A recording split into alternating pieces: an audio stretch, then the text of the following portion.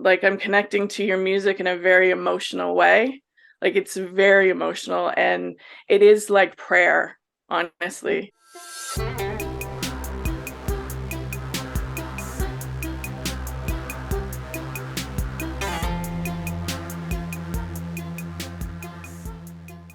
Thank you so much for doing this with me. Always. I feel very grateful because I would love to have, like, I have no audience and no one gives a shit what I'm saying, right? So I wish I had like a bigger platform to promote you because you are like chef's kiss. You really are. So I'm thank you. just like, I'm super thrilled. And congratulations, you're number 3 on Indigenous Music Countdown. Oh, I didn't even check it. Oh, wonderful. That's amazing. Yeah, I've been voting regularly, so. Amazing.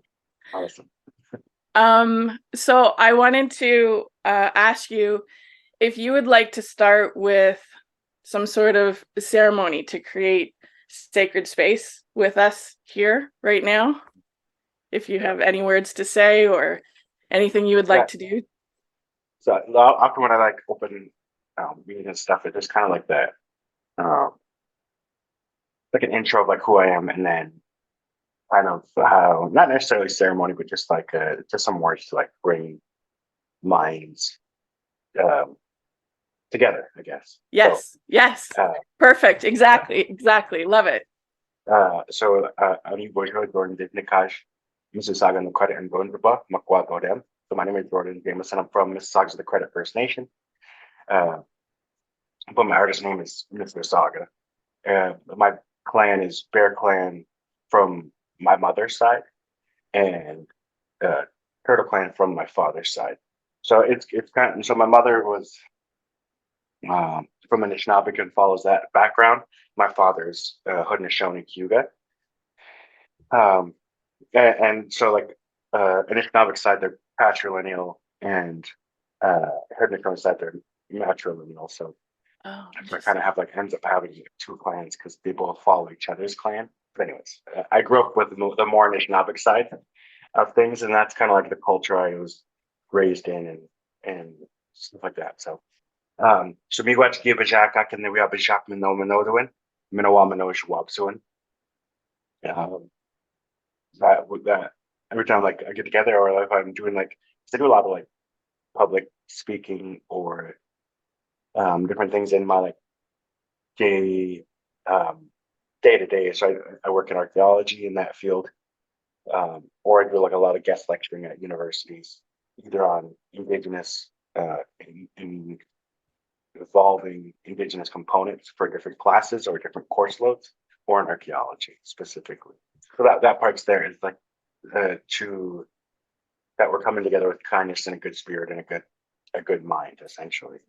One of the influences of one of the first songs I had in the first album was called Fuaighte. So in there it says, um, Ninwe the mash tamagad minokamega das patamagad neben, das patamagad the guage, das patamagad babun, min wawab dan minokamig, minawa ebim skasak damage tamagad and shminawa. And I was just like I was learning in class. I take just like beginner level language because like I didn't grow up with it, and it's just one of those things that I like continually try to learn more and more. And one of the ways to do that is like through song. So I'd often create like I grew up traditional singing, and so that's where like the style of voice that I have kind of comes from is Oh, that interesting. yeah. So that's so that's so it's interesting. it's quite a different. uh how do you say it? Like where like the sound comes from is a lot of like chest and um, less melodic, or it's melodic, but it's more like forced, pushed air for like that type of vocal singing. I don't know how familiar you are with like traditional power singing. I mean, I've heard powwow singing. I don't know anything technical or formal about it. Yeah. I don't know any of the technicals or formals about it. It's just like, yeah. But anyway, so transitioning from that, um, so in our drum group, let's make up some songs and as a part of like learning the language, putting it into song.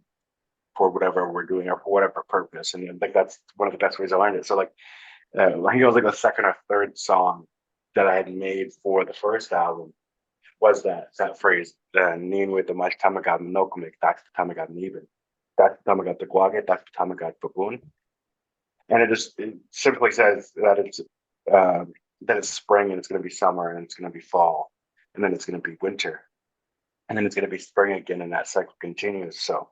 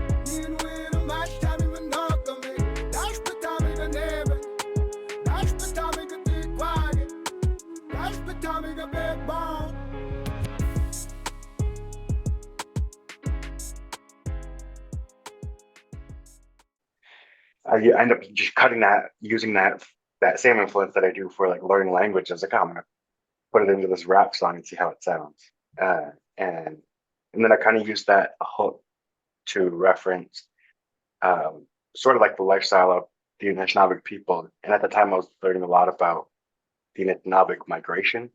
Us coming from the East Coast and kind of like how we live our lifestyle of that hunting and nomadic, of going into like seasonal camps. And kind of just like moving around different areas in Southern Ontario. So as I was learning that, that's kind of like the influence that whole song itself. But yeah, so that's kind of how I normally start a session or whatever. That's thank you. I love it. You are such an interesting enigmatic person, like, because on the surface with the hip hop, like that's a kind of identity, but you're so like involved in the archaeology and stuff. Like, you're really fascinating as a person. Like, just because like I don't know you, but I'm connecting to your music in a very emotional way. Like, it's very emotional and it is like prayer, honestly. And I'm in relationship with it in that way, because your music was very like integral to a reconnecting kind of discovery of my vocation in this life, like very recently. So you're like a soundtrack to that, an emotional communication soundtrack to that for me right now. So you've become very influential to me. So that means a lot. well, I'm very grateful. This song, can you pronounce it for me properly? Mino Bawadzowin? Mino Bamadzowin. So that basically just means good life. Mino means like that good, Bamadzowin is life. So another one, like same thing, like that same idea of like, I'm just gonna keep upping the ante of like, I want to learn my language, and like, this was like something that was so strong in the direction I was going. And so the guy that sings with me was actually my nephew. So my Big lecture Def. went so yeah. So first show we ever did, I was going up there and I just released, I think I had 3 songs released at the time: Built Like Bannock, Fuaighte, and Ode Manabu from the first album. And I was just starting to work on the album because so I'm gonna back up. I'm gonna tell a really long story. Sure, please. It's a good opportunity to. Yeah. I've always wanted to like record some type of music in some fashion or another. And I was working in archaeology. And I did like a rough recording of Built Like Bannock, and then I was showing the guys I was working with. I think it was right before Halloween of 2021. And So they're like, oh, that's cool, that's cool. And then I was like, yeah. And I didn't think anything of it. And then that Christmas, they had given me like a gift card for Jukasa Studios, which is like the big studio right beside where I live. And I was like, oh, okay, now I have to kind of go in and do it professionally. I can't just like mess around anymore. So I was like, all right, whatever. So there's more than just myself that wants to see this happen. So I went in and started recording that over that winter.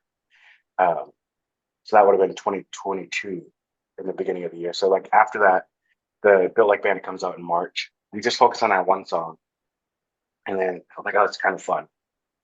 And I really enjoyed the process of just going in and not have to do all the other back end stuff that I would normally do in like home recording. They just go in and do the vocals and creativity side.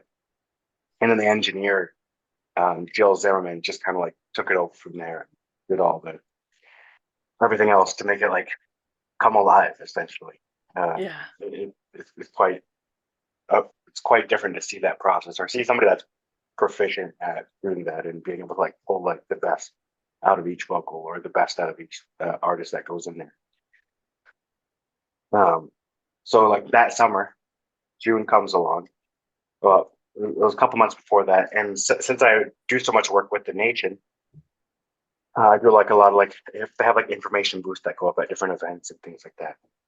So they work a lot closely with Mississauga, the city of Mississauga.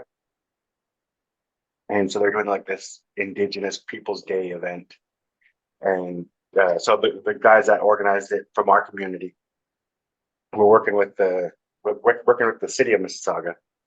And they're like, oh, we have this new artist. You put him on the stage. So they like threw me on in like the end of it. And I was just start the show before like before even the show started. It was like this like thing. And they're like, oh, just go do your 3 songs that you have. I was like, I don't know. It was like less than 3 months that I had all my music out on the internet. And I was like, I wasn't ready for a live show. Never practiced.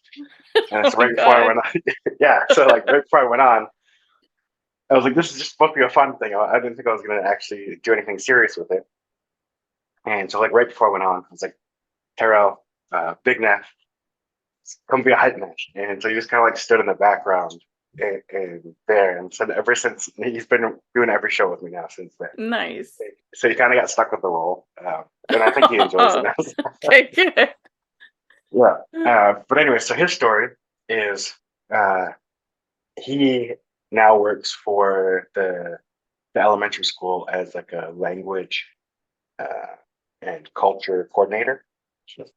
Nice. And a part of that is him taking like a real step that like fully becoming fluent in the language. So like, right, definitely far beyond what I've been able to learn. So I learned a lot from him. So he had made this prayer, is sort of similar to the Thanksgiving address, like that same idea, right? You kind of go down each step, and we learned that growing up. And then so I started like taking it. I was like, well, can I use that? And so I can learn it, and then I'm gonna make a song about it. So it's actually only the first, maybe third of that prayer that he had written out. So there'll be like another part 2 and part 3 of that same thing. And then it just kind of like how if you ever hear like somebody speaking an indigenous language, they'll like talk a little bit and then they'll translate it.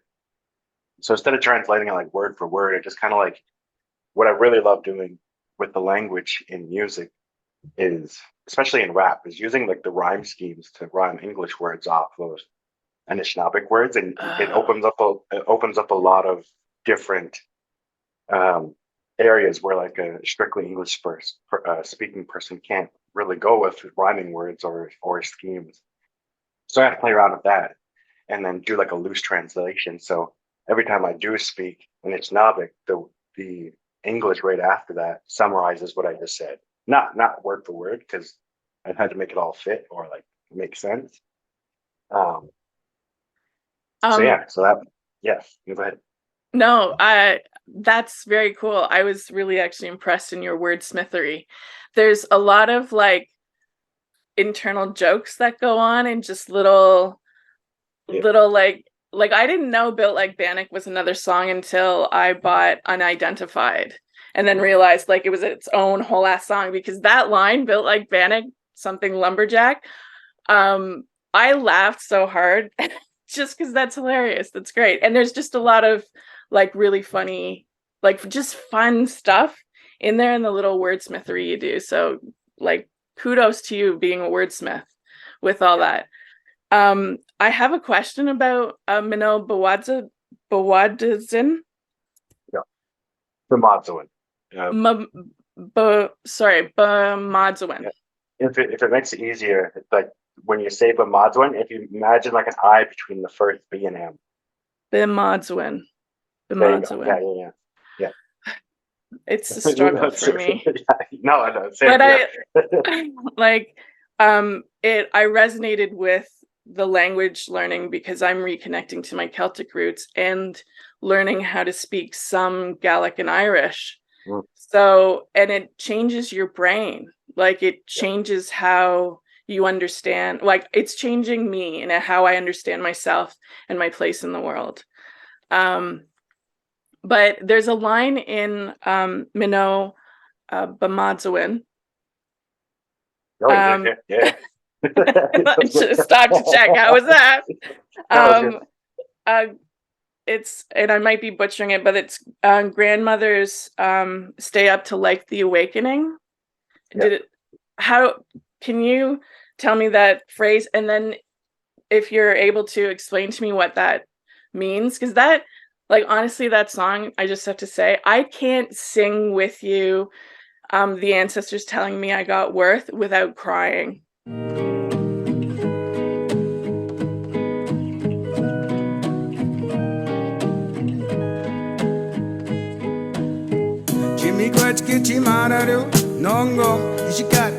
I say what's up to the spirit that is great.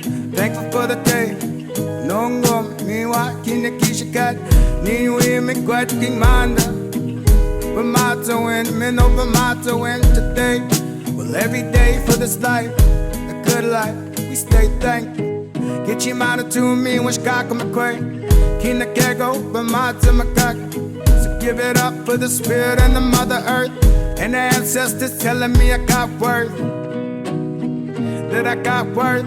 And the ancestors telling me I got worth.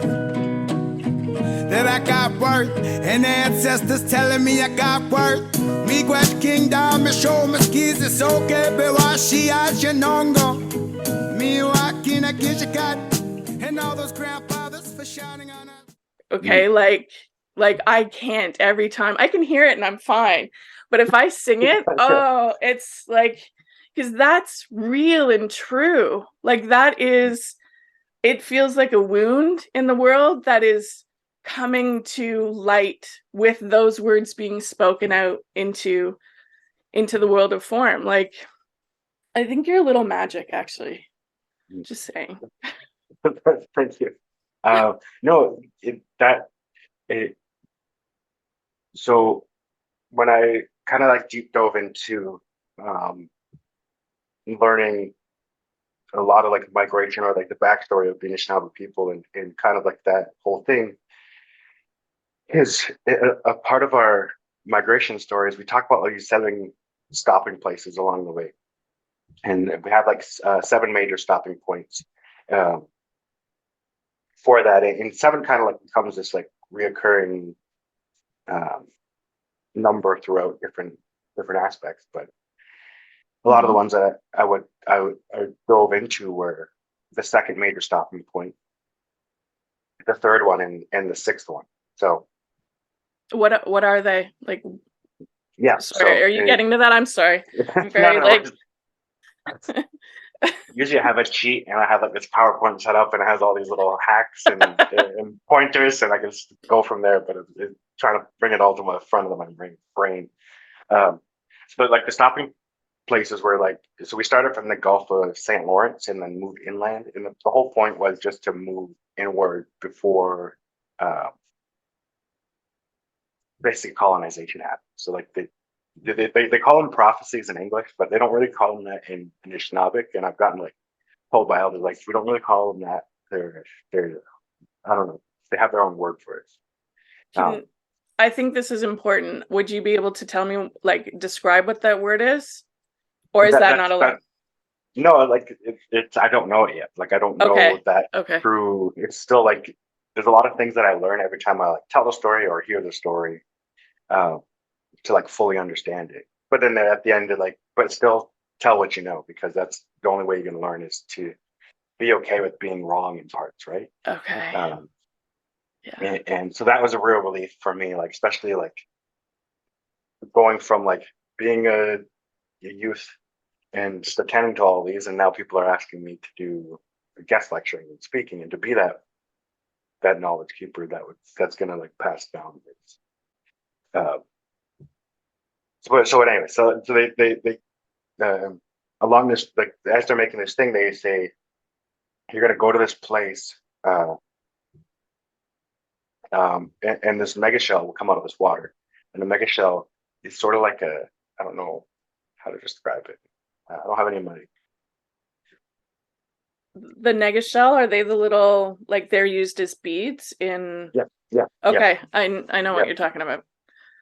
So in our creation story, they talk about like the breath of life going through that mega shell, and so it's kind of like the first thing you hear is dark, or the first thing we have is like darkness, and so the creator's going to blow through that mega shell and start to create that ripples of life and ripples of water, like a rock hitting a pond and sending those rippling out.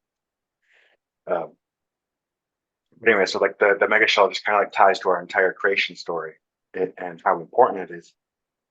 So the prophecy was that you would, by the water, this mega shell would come out, and it would give us this like prophecy, or this vision, or this kind of like feeling or power or movement to where we have to go to next. So the second one is Gitnikabakagon, which is that place of the thunder and waters. So that becomes Niagara Falls. I don't know how well you are. I don't know where you're actually located as well. I didn't ask. Oh, I'm in Oshawa. Okay. So you know Southern Ontario. Yeah, I grew up. Okay. I was born and raised in Scarborough. So yeah. So okay. Yeah.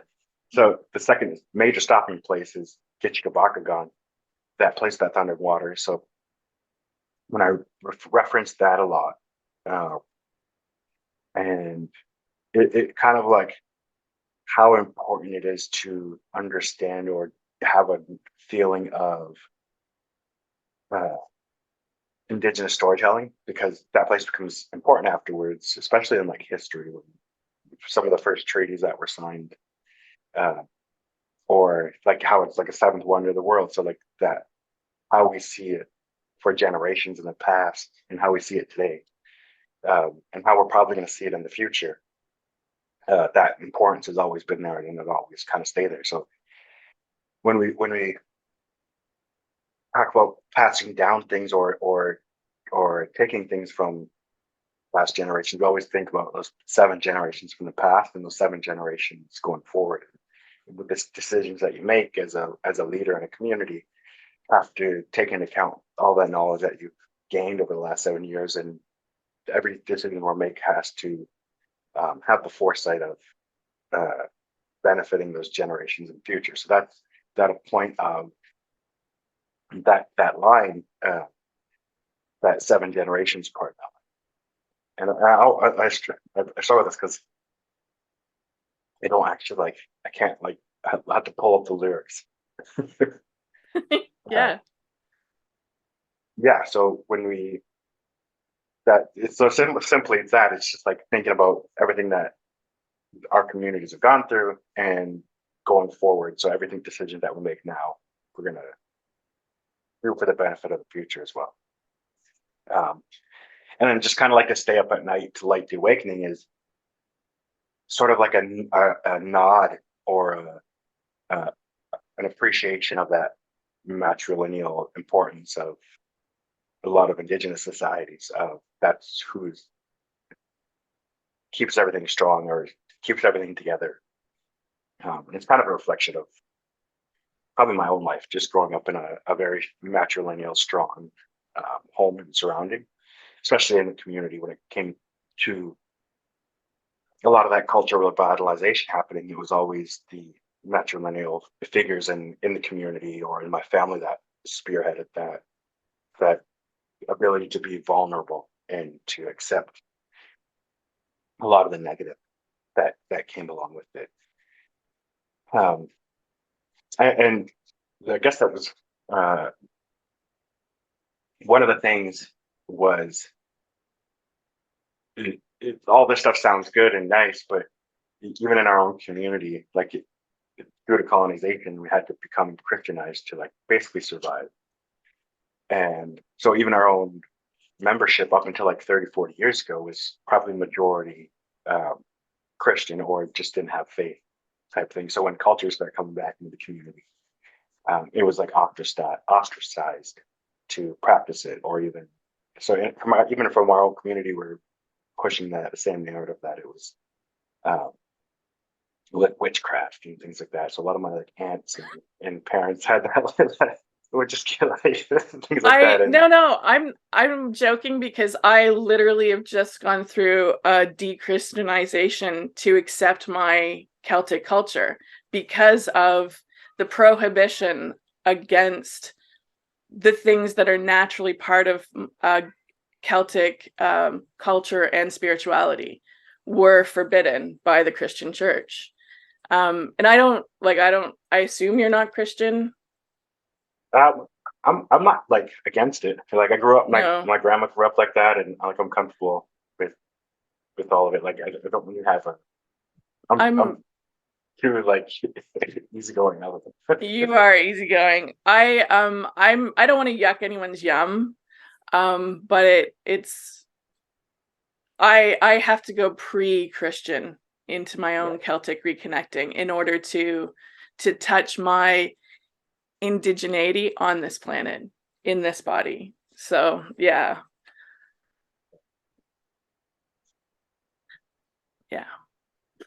I don't know why I needed to say that. No. Yeah. It's an important part of reconnecting, I think, for Celtic peoples anyway. Yeah. I just went to Ireland this past summer actually. Did you really? Yeah. I've never been. I've never been. Yeah. No, it's amazing. Yeah. What was like kind of the most like impactful thing? Like if you had to share one thing about your experience in Ireland with me, what would it be? Probably like I'm a huge fan of like his scenery. So like the scenery. A few days in like northern Belfast.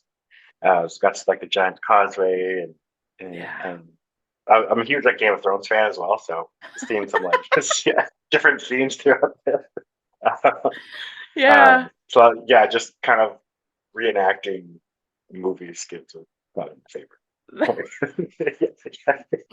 That's awesome. That's awesome. Was it filmed in Ireland? There was a couple scenes like the dark woods. There was basically these old growth trees that were there, and a lot of like different scenery. But it's kind of like filmed all throughout Europe. Right. Yeah. So what? Just as an aside, what'd you think of the ending? And are you reading the books? Are you waiting for the books? No, I'm not. No, I probably won't read the books. But I didn't hate the ending. I'm glad that it finished. You're glad that it finished? Hate more. Yeah, because I don't like being like open ended. I want the story to close, even if it was rushed, even if it was bad storytelling. Visually amazing. Production still was fantastic. Yeah. But I am excited for the new series to kind of dive back into story. Get that. Yeah. Get the House of the Dragon. Okay. Yeah. That's with like the before story, like the 400 years before story. Yeah. With, I can only think of him as the Doctor. What's his name? Matt Smith. Anyway. I want to correct what I said. I didn't mean that you were a little magic. Like you're fucking all the way magic. I just like to correct that. I'm like, why did I qualify that little? No, all the way. All the way. I guess I'd like to ask, with my own reconnecting, I'm reaching out to Indigenous knowledge keepers and educators and people who would like to share how am I able to be an honorable Celtic descendant on Turtle Island? How do I come into relationship with this land? Because my own cultural and spiritual spirituality is land-based. Like our gods, the Tua Danan, Tua means land and people. Like from my point of view, anyone who's doing Celtic reconnecting will eventually end up at the doorway of Indigenous knowledge, because it's the only path to rooting here on Turtle Island. Like it really is the only, for me anyway, the only education that is honorable and responsible if you're going to be a rooted, healed person on Turtle Island.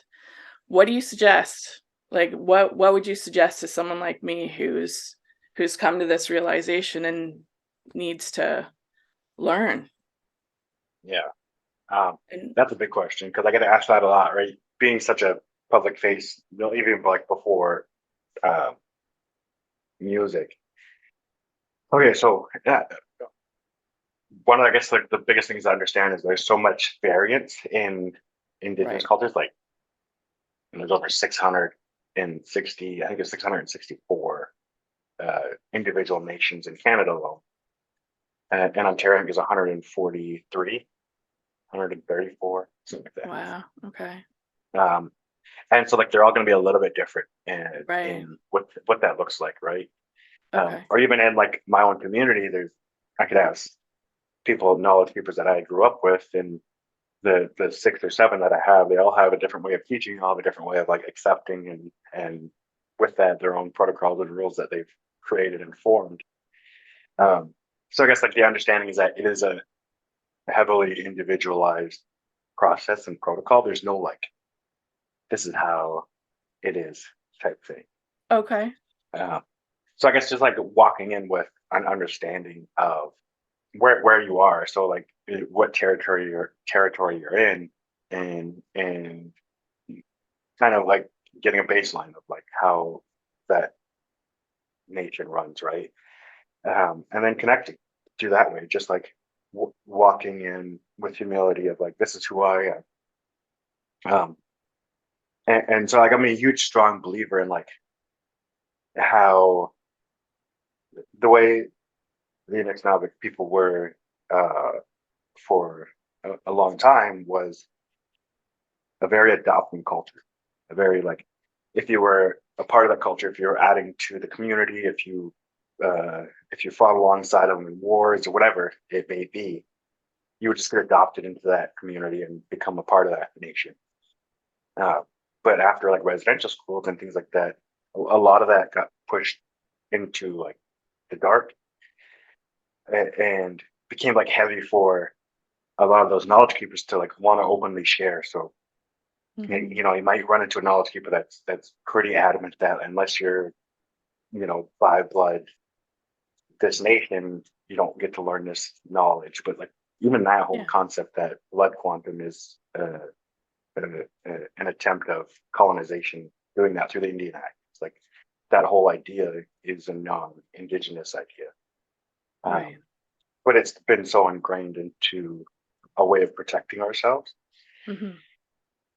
So I don't. It's not an easy answer. I don't know, but there is differently ways to approach it. Like the Celtic people have the same history with colonization as most Indigenous communities do, and like that's why they connected so well with the Haudenosaunee when they first came across towards Quebec. There, like there's so many ships that came through there because it was cheaper to send them to Quebec than it was to the States. And then everybody hated the English, so it's a pretty easy bonding moment between Right. those. Yeah. Um, Yeah. so like honestly, it's I'm learning more of like what your roots are, and just sharing that openly, of like not trying to project your feelings, but like this is who I am, and this is what I understand right now, and just being all like honest and open, and you'll find the people that want to connect, and naturally and organic instead of so that would be essentially my. There's a lot of similarities and commonalities between those two. Um, yeah.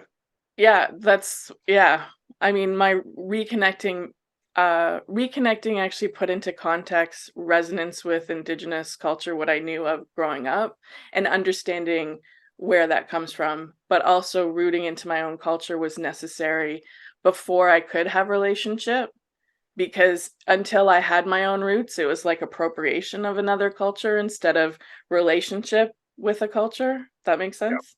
yeah, yeah. Um, I also surprise Mississauga is Michii Saagii. Is that Yeah. pronounced Yeah. I don't know why I'm continually surprised that things are not what I thought they were. Like, do you know what I mean? Like, why am I surprised that Mississauga is not actually Mississauga? Yeah. Surprise! No, not surprised. What would you like to talk does your archaeology have to do with your Indigenous knowledge keeping as well, or is it a completely separate like thing? And do you want to talk about it? Because I find Yeah. that fascinating too. Like that whole thing is. Yeah. So that kind of came up accidentally. Is I was at the time I was just finishing high school, and I was doing like this high skilled major in high school for culinary. And it's like that's what I was going to do. Like all my whole life, I ran a catering company with the family, uh, and did like street meat style vending. Uh, Growing up is like a hobby, and so I was like, oh, I'm gonna, culinary is the path I'm going to go to. And then I got stuff burnt out in the kitchen. I think I was doing like 90 hours Ugh.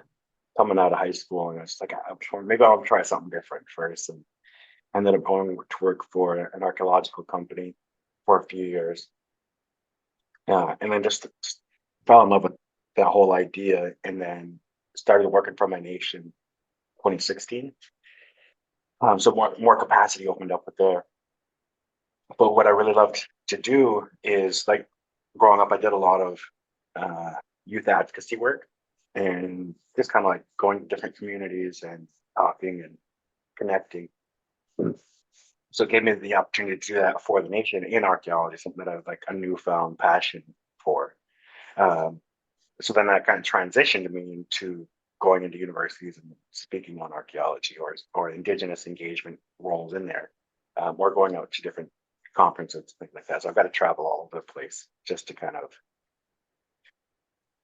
talk about it. So I kind of like fell into archaeology accidentally in that way, but it's definitely become a huge part of my identity over the last 10 years, I guess 11 years now. All right, I'm Yeah. gonna ask you So, again. What's the like what's a major takeaway that you would give to someone about archaeology? Like what's a mind-blowing thing that you're like, holy crap, that archaeology has given you or taught you or shown you about the human experience or whatever it is. yeah. Well, okay, so I'll do it from two different angles. One, I'll probably say a bunch of different things. But Great. uh, one, the first reaction I normally get is like, oh, a lot of people are surprised of how much archaeology goes on in Southern Ontario. And I've seen a lot of different places from like the States to places in Europe now or around the world. And Southern Ontario specifically, probably has one of the most active sites that are active at all times. Like the industry for uh, excavating materials out of the ground is massive, and especially like how highly developed ETA is. There's so much work that's being done, which is How highly developed ETA is?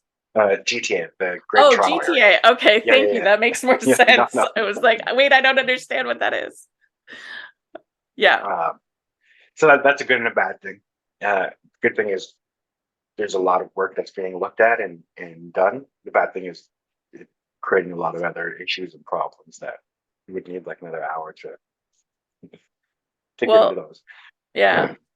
I just met an archaeologist weirdly, like a few days after I found out you were an archaeologist, and she was saying that problem in Toronto right now, that Davenport excavation, I think it's Davenport. She said that they already knew that that was a site with remains. It was a known site to archaeologists and never should have been the dug one up. that was in the news, yes. The one that was in the news. Yeah. So yeah, that was shocking to me that anyone would know and continue to dig. Like, that's just, what are you doing? Yeah, and that actually happens quite frequently. So Oh shit. Oh, see? What? Maybe not frequently, but it's not as rare as you'd like it to be. Ah, man, I want it to be rare. Yeah. All right, sorry. No, it's better than like 30 years ago where like just nobody cared and they would just bulldoze it. So like a lot of the major highways, QW, things like that, right? Oh god. Because that whole development is built along that shoreline, and it's just like a highly used area for thousands of years. So I guess the first thing is the shock of how much work gets done because of how long people have been here in Southern Ontario. The second one, for me, I guess like the biggest takeaway is just like that. I never knew how impactful archaeology would have been in identity, and I don't want to get too far into the weeds on the different variations of it, but there's not many jobs in the pool where I can like be hands-on and physical with my Indigenous culture, and also like live in a modern world where I have to pay bills and do all the other normal things that people do. There's very few jobs that have that opportunity to kind of do both, and so I've been fortunate enough to find something like that. But not only that, see it become available for pretty much as many people in our community as we want. Really? Like we only have a little bit less than 3,000 people enlisted in our band list, and we have over last year we had over 50 people doing this type of work. So like a 2 to 3% of our working force is working solely directly in archaeological materials and resources. And so what I'm seeing now is a lot of people that didn't have the opportunity or ability to grow up with knowledge keepers or in the culture or live off reserve. It's like the starting point for them to be able to ask questions or to understand a little bit about who they are, their identity, their culture. So seeing that kind of like ripple effect happen in the community over the last few years, for me, have been one of the most beneficial points of the whole process. Yeah. Yeah. Do you see it as pointing to a bigger shift and transformation? Like here at large? Do you see that as a yeah, indicative? well, I would say that already has, because for the longest time we still had to prove, and even in some cases still, like if we take the government to court over a land claim or some like fight, we still have to prove that we were here, and archaeology is the only way to physically do that, right? Oh, right, of course. Why would you have to prove? Yeah, It's yeah. So like okay. not only does it give like the scientific backing data of it, it gives like validity to, which I hate to say it like this, but it does give validity to traditional knowledge or oral history. That doesn't get as weighted and heavy in a lot of cases. Well, ways of knowing, like that's one of the biggest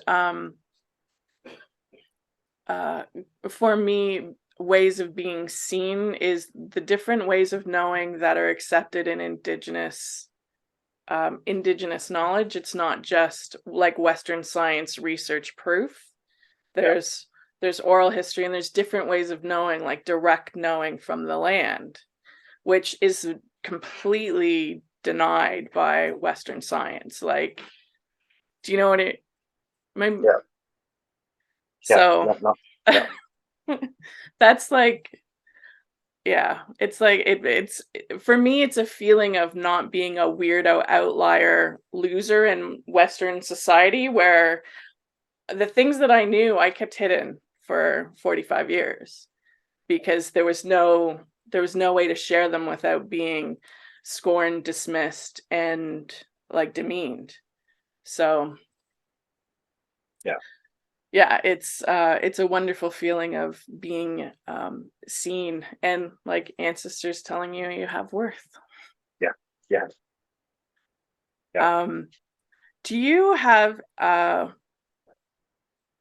I'm sure you have thoughts, but would you like to share with me your position on sovereignty and how you see that moving forward? How do you would like to see that come Yeah, to pass? I've actually had this same conversation in TikTok comments and Instagram and real comments because I have one song called "Way Up," which is basically talking about the the Indian Act. And I guess it's hard to become sovereign overnight. And I No, think people right. have to understand. It's even like from both sides. You know, even people that are like uh, strong opinions against Indigenous people, or people that have strong on the other side. Um, Everybody wants the same thing. They don't want to be reliant on the Indian Act, and people don't want to be held to the Indian Act to support Indigenous communities. But so I guess to become sovereign, we'd have to be able to fully um, be in power and control over our decision making. I mean, we can't quite do that yet because we obviously um, through the reserve system, it limits our ability to create, uh, utilize resources and create revenue. That so, and then forced into the system where we become reliant on government funding or even something like our food sources, right? Um, Something like Bannock or fry bread that I use so much heavily in my music is all a survival food. It's using those white rice or white flours, sugars, lard, salt, those ingredients, and how they've been seen and used as like a tool of resilience, um, are harmful to our health Hmm. in the end, right? Uh, so across the board, things of like our food sources that we're reliant on to um, monetary resources to our land base. If we were to come out of the Indian Act, we would have to be able to uh, find our own resources. Um, and then how are we going to do that? Uh, so we could use something like our treaties and argue for that. But what the general public or the government would have to realize is they would have to give a part ownership to the resources within those territories to become fully um, understanding of how that whole system works. So if we're a 50% partner through this treaty in this area, then any of those resources that are collected through there are going to be going to the community. And the industries aren't built for that type of split control or split power. So it's I think we could do some I some see your like frustration. You're like, the systems are not built for this. no, Like but shit.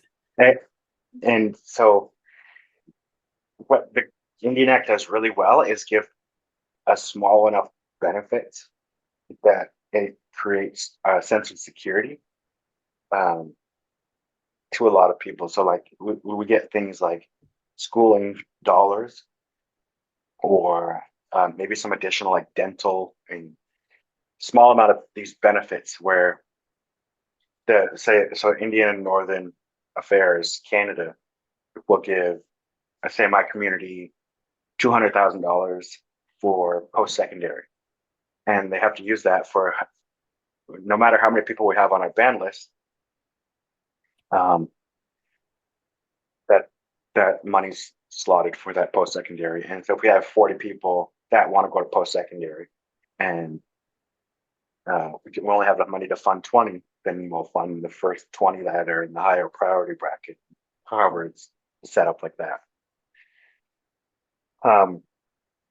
And so what they do is they all these different services and programs that they have throughout the community are set up like that, and they dictate how many dollars are going towards this industry and what it can be spent on, and we have to report back to INAC at the end of each fiscal year where that money was spent, how it was spent, and who utilized it in the community, and every year they'll just do like cutbacks and things like that. So they have like this micromanagement level of control over Right. the resources that go in, and what that does is create that reliance on government funding to operate. And so when we start talking about sovereignty in our own community, we have a lot of the community that still has a lot of learning to do and doesn't fully understanding the complexities behind how much the government has their hands in on how we're able to utilize that, or even like our governmenting body is a formation of what the Indian Act was. Right. It's not our traditional system to use Right. that style setup. And so that's the first hurdle is education of, can we get everybody to agree that we want to become sovereign? Right. And is that even that's the first hurdle for a lot of communities, and so we're going through that right now. Like we barely have majority that want to become a sovereign nation because they see all these benefits that we get from something like INAC or Indian Affairs or they're like the Indian Act, and they're not ready to make that steps to become fully sovereign. And Right. so there's just like this balance of there's gonna be a long period of time where it might be a little bit worse, but in the end, what we could achieve is full autonomy over decision making, how money's spent, and what we need for that from the government is that to either get resources or commitment that the resources that are going to be extracted furthermore from those territories that we have treaties in are going to be kind of like percentage shared, or how that would work. Yeah, so it and it's going to change for each community because each community has different treaty obligations or agreements with the crown. And so like for our nation, it might be better in the long run because we have so much built up track record of treaties throughout Southern Ontario. But if you're a nation that only has one or very few, or maybe you're a nation that works heavily in Hydro One, and you're able to get all of your funding through that partnership deals if they're utilizing your territory. There's so many different variations of how that could work. I don't think I'm quite answered your question. I just added more points to the whole thing. Yeah. Well, I mean, you've really I'm very naive, right? Because my thought is, well, all crown land should actually be stewarded by Indigenous nations. Done. That's easy to think. Well, it's easy to think, but then, well, how? I don't know how to make that happen except to just keep saying that's what I see as being the vision. That's all I can do until I'm given direction by someone like you who's a knowledge keeper who knows what the next step can be, because I sure as shit don't know. But I mean, for me personally, I would much prefer Indigenous nations to have stewardship over the land than any other government body. Are you kidding me? That's like a no-brainer to me. No-brainer. Yeah. And I guess that's a little bit of the I would put myself in more of a progressive knowledge keeper base where I do like the notion of we should be stewardship over it. But in realistic terms, and it's what a lot of we follow, and the researchers especially put themselves and wrap themselves too much in this, like, what is indigeneity? And so what you kind of get is this, well, let's just make this paper indigenous. How do you make this paper indigenous? Is we see that a lot in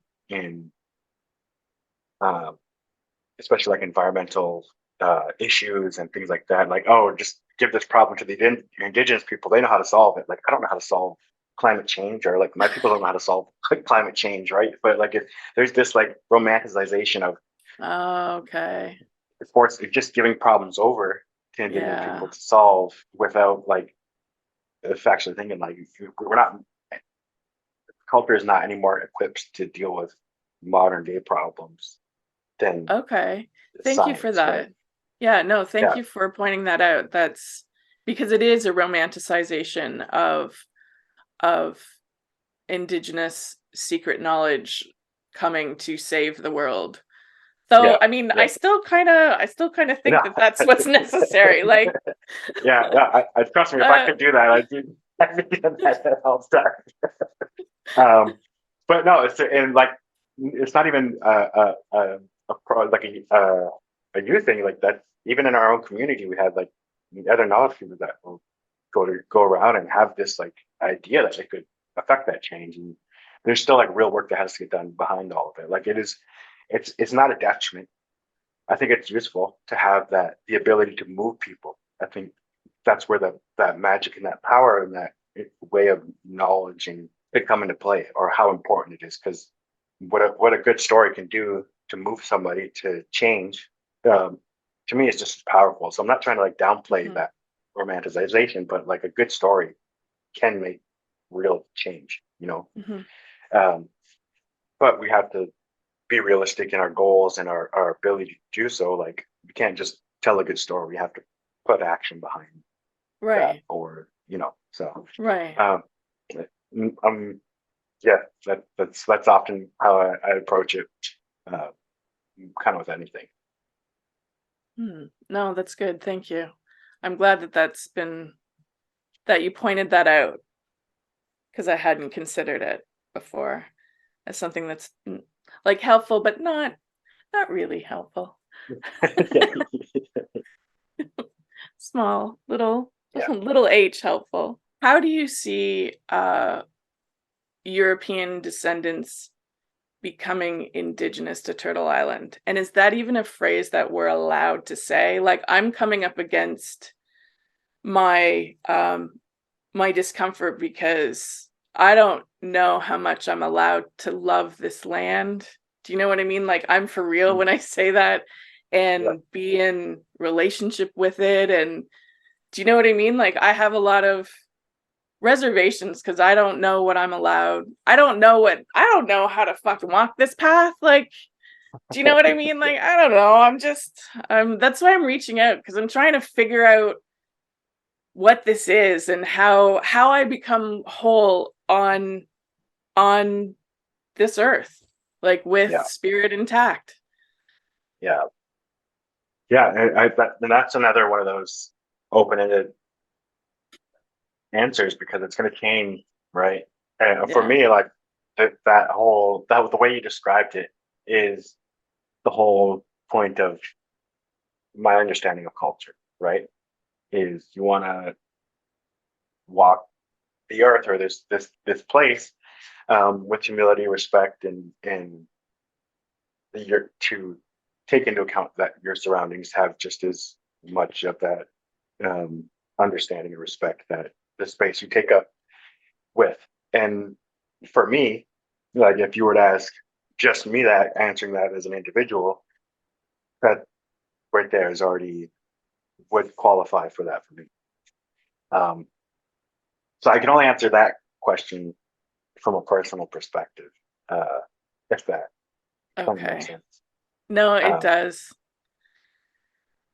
And like I recognize that my wanting permission for this is not something that can is given.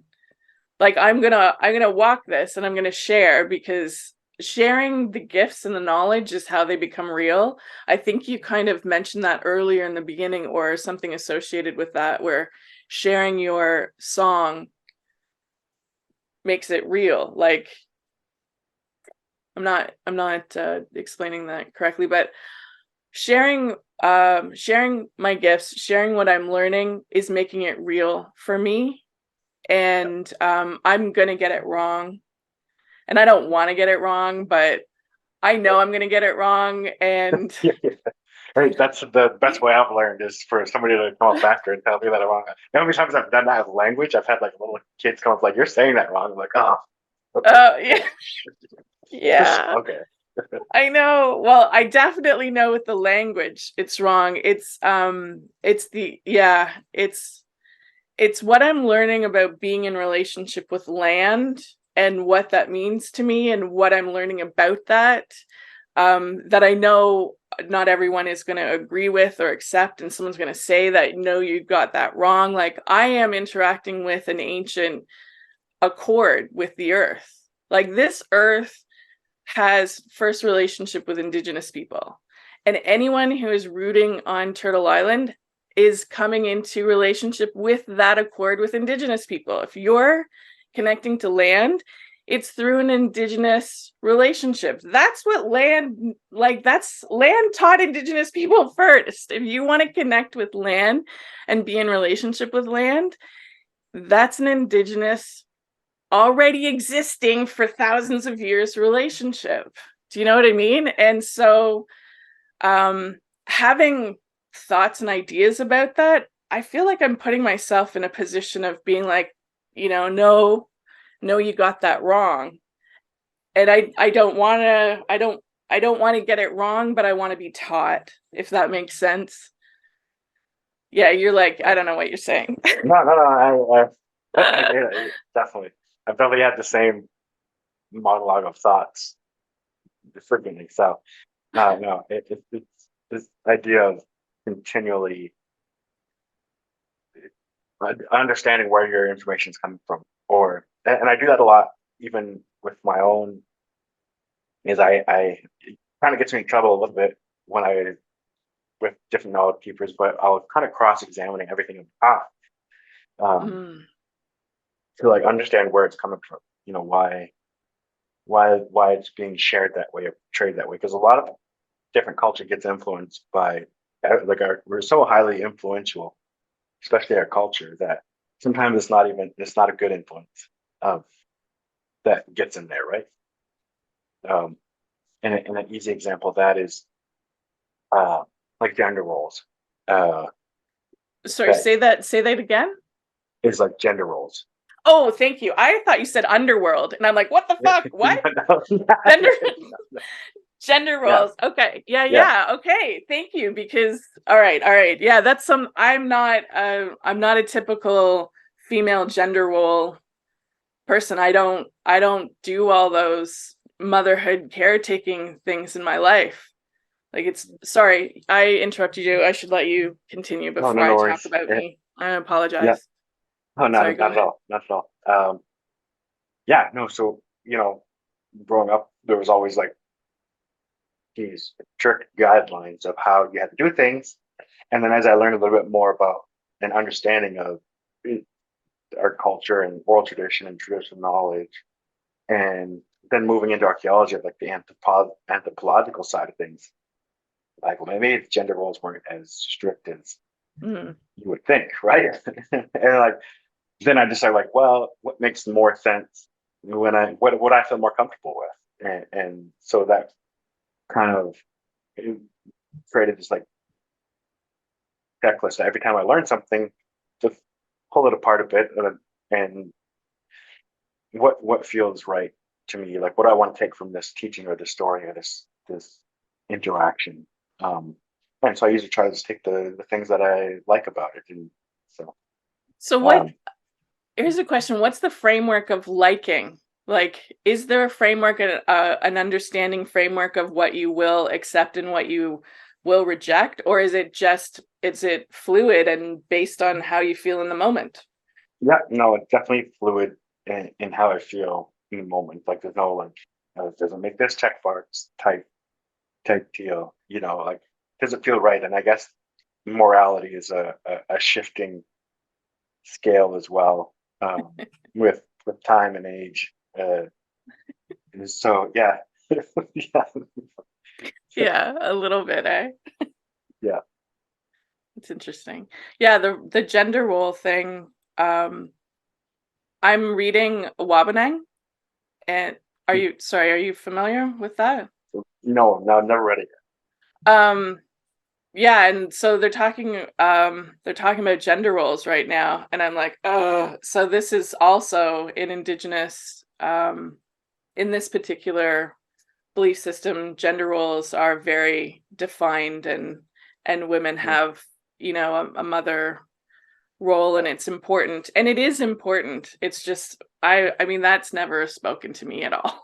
I don't know what to do with that. Like, I don't have biological children. I don't identify with that at all, unless it extends beyond human species into motherhood of animals, plants, land. That I can identify with. It's just a struggle, gender roles in general, and Yeah. not hitting the boxes through my life of the things that society values.